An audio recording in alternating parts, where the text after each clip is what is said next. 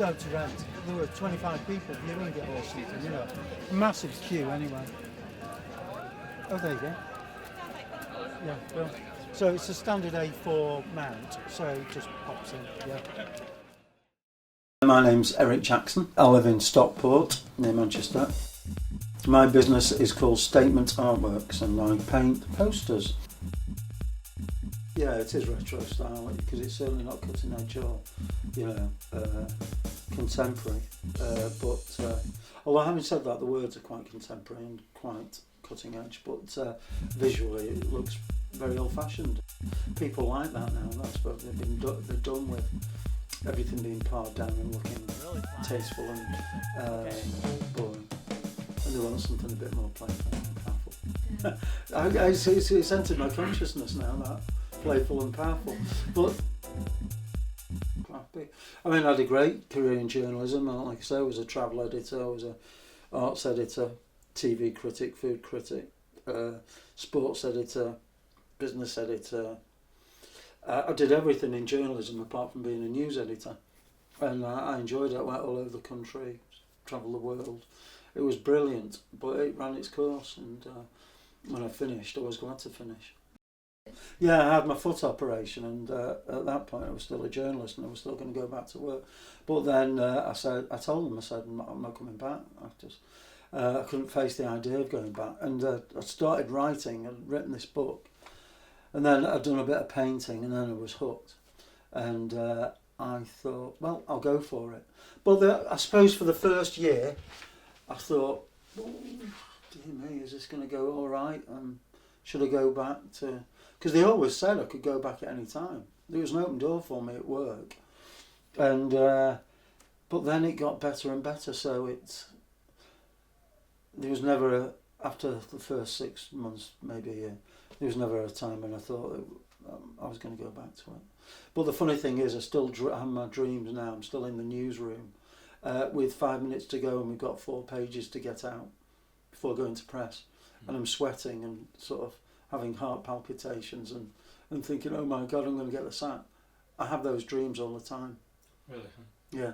So, but in my conscious waking moments, I never ever think about my journalism job.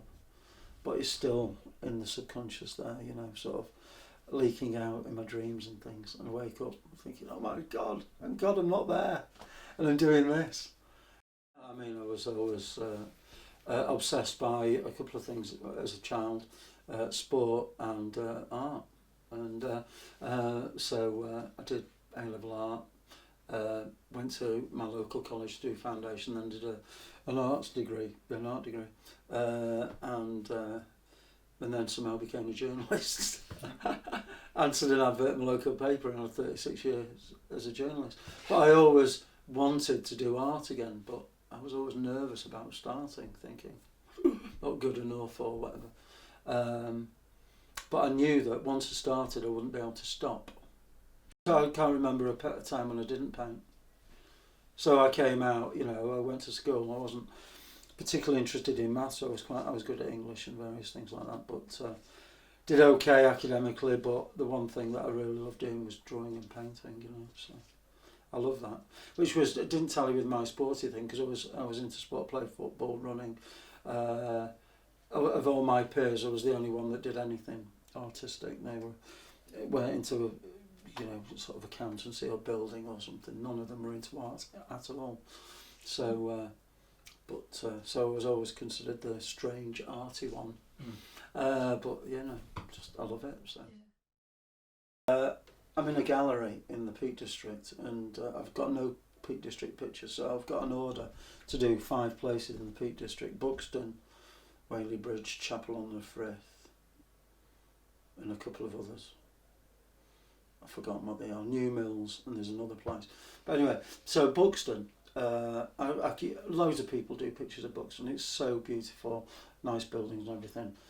I don't need to do another one of them.